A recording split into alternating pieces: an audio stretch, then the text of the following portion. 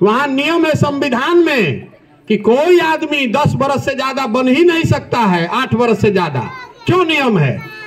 Barack Obama और 10 साल रह सकते थे प्रेसिडेंट। ये क्यों नियम है? ये लोकतंत्र का नियम इसलिए है कि आपको 8 वर्ष मौका दिया गया, अब किसी दूसरे को दिया जाए।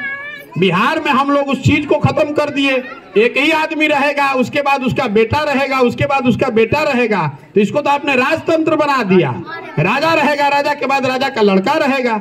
इसीलिए ये दिक्कत है। बात समझते क्यों नहीं आप? मूल में बात वही है कि लोकतंत्र मर गया है पिछले 30 साल में। अब आपने बात उठाई है तो याद कर लीजिए, पिछले 30 साल में बिहार में जितना आदमी एमएलए एमपी बना है, चाहे जिस दल से बना हो, आरजेडी से हो, कांग्रेस से हो, बीजेपी से हो, जिस दल से बना हो, सबका सूची बनाइएगा तो आपको पता चलेगा कि 1250 परिवार का आदमी ही आज तक यहाँ एमएलए एमपी बना है।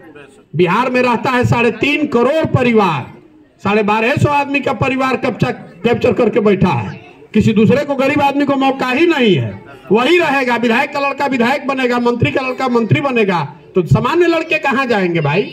इसलिए अभियान शुरू किए हैं। हमको दल बन के नेता नहीं बनाना है। हमको अगर सरकार में जाना रहता तो अभी फोन करेंगे नीतीश कुमार, कल हमको शपथ दिला देंगे। हमको सरकार नहीं बनाना है। देश में 6 मुख्यमंत्री ऐसे हैं जिनके बनने में हमने कंधा लगाया है, आज भी वो लोग मुख्यमंत्री हैं।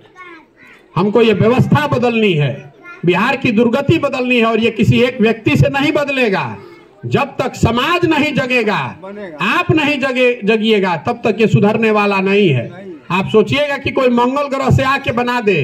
केरल को केरल के लोगों ने बनाया है, पंजाब को पंजाब के लोगों ने बनाया है, बिहार को भी बिहार के लोगों को बनाना पड़ेगा। बाहर से आदमी आकर बिहार नहीं बनाएगा।